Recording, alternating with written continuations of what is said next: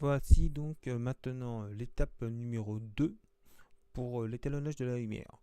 Donc voilà, d'après on a commencé à voir avec le vectorscope comment on faisait pour étalonner la lumière de façon correcte au début, dès le début. Là, je vais vous montrer comment ensuite essayer de mieux étaler le signal. Alors là, par contre, c'est quelque chose de plus, on va dire, il faut que vous faut juger par vous-même. C'est-à-dire que là, jusqu'à maintenant, on a eu le signal, les informations, etc. qui permettent de. C'est quelque chose qu'il faut faire quasiment systématiquement.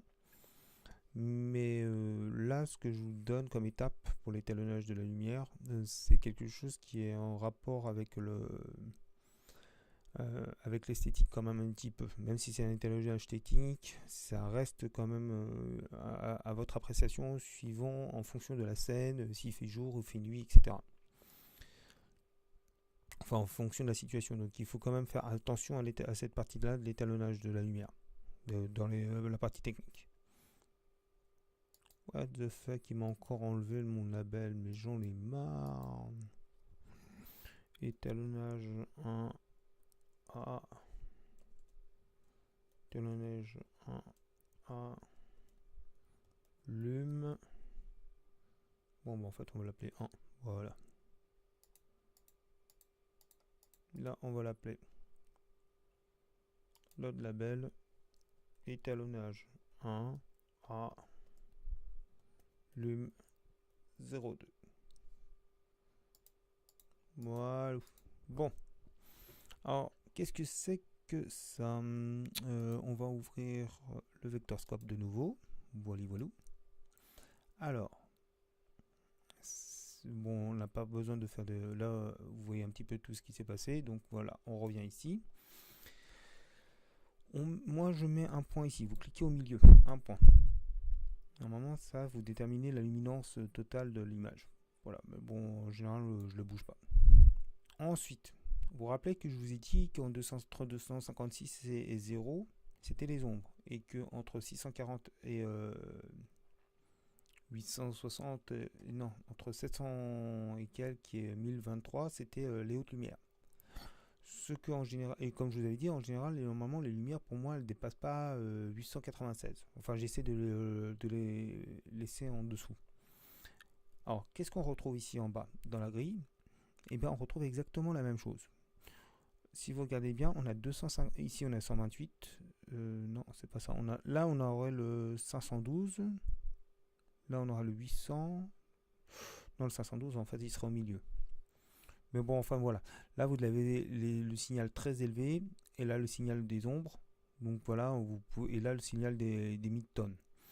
Donc qu'est-ce que je fais? Déjà, la première chose que je fais en général, c'est, pour vous donner l'aspect des couleurs de base, je prends un point ici et je le baisse de façon à avoir une petite courbe. Comme vous voyez ici, là, sur le signal, les couleurs s'étalent, s'écrasent en bas.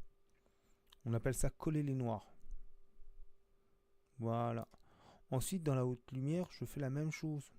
Coller les blancs pour qu'en fait il y ait une sorte de version logarithmique. Mais seulement quand je fais ça, vous voyez là, on est très loin du 876. Donc ce qu'il faut que je fasse, c'est que je ramène cette couleur ici et que je baisse ici. Et en fait, plus je baisse, voilà. Et comme vous voyez là, le blanc qui était là, si jamais j'appuie sur le chiffre 5, oh punaise, c'est encore parti mes labels, ça me gave. Bon, comme vous voyez là,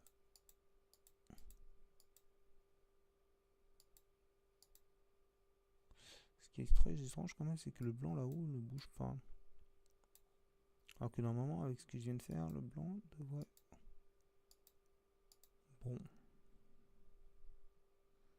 Bon, bah écoutez, ça marche, mais bon, bon, enfin voilà, on n'a pas dépensé 896. Donc là, c'est bon, c'est correct. Comme vous voyez, là, on a refait les couleurs de façon à ce que il y a un peu de contraste. J'espère qu'on n'a pas écrasé trop les couleurs. Voilà, il faut pas trop non plus les coller noirs. Faut pas non plus faire n'importe quoi. là, ce point là il est où? Ah d'accord, ce point là est là.